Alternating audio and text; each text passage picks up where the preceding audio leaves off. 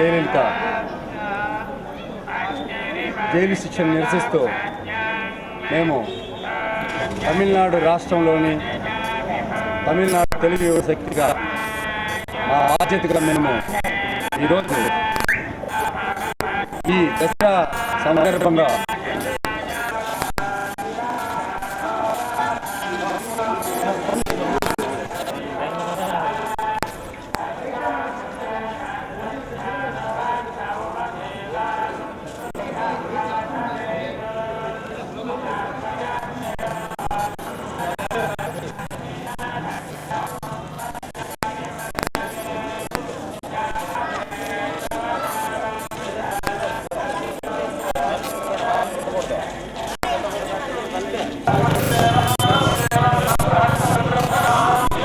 తెలుగు అధ్యక్షుడిని ఇటీవల మా నాయకురాలు జయలలిత గారు జైలు శిక్షను నిరసిస్తూ మేము ఎన్నో రకాల కార్యక్రమాలు చేపట్టాము.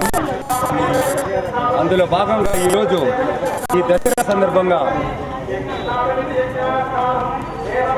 మా అమ్మ కోసం ఈ అమ్మలకు పూజలు అనే ఒక కార్యక్రమాన్ని తిరుచానూరు అమ్మవారి గుడిలో నుంచి మొదలుపెట్టాము.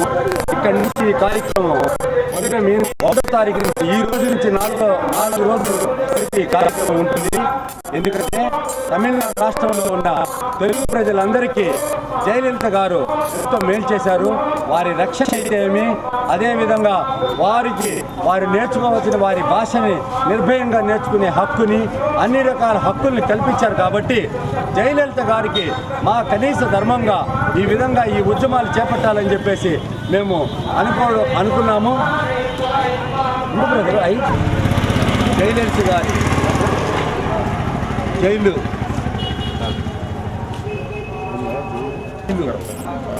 శిక్ష తీర్పుని నిరసిస్తూ తమిళనాడు తెలుగు ఆధ్వర్యంలో గొప్ప కార్యక్రమాలు చేపడుతున్నాము.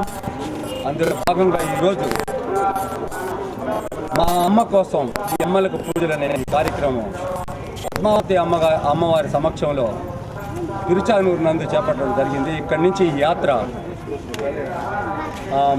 మా కంచి కామాక్షి, మధుర మీనాక్షి, అదేవిధంగా మైసూర్ చాముండేశ్వరి ఆలయాల్లో ఈ దసరా సందర్భంగా ఈ 4 రోజులు ఈ కార్యక్రమాన్ని చేపట్టాము.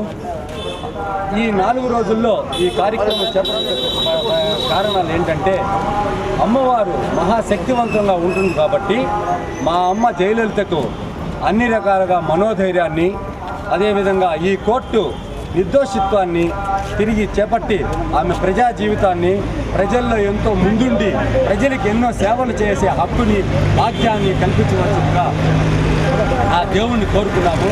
ఈ కోరికలో మా భాగంగా ఈరోజు ఈ గుడికి వచ్చాము.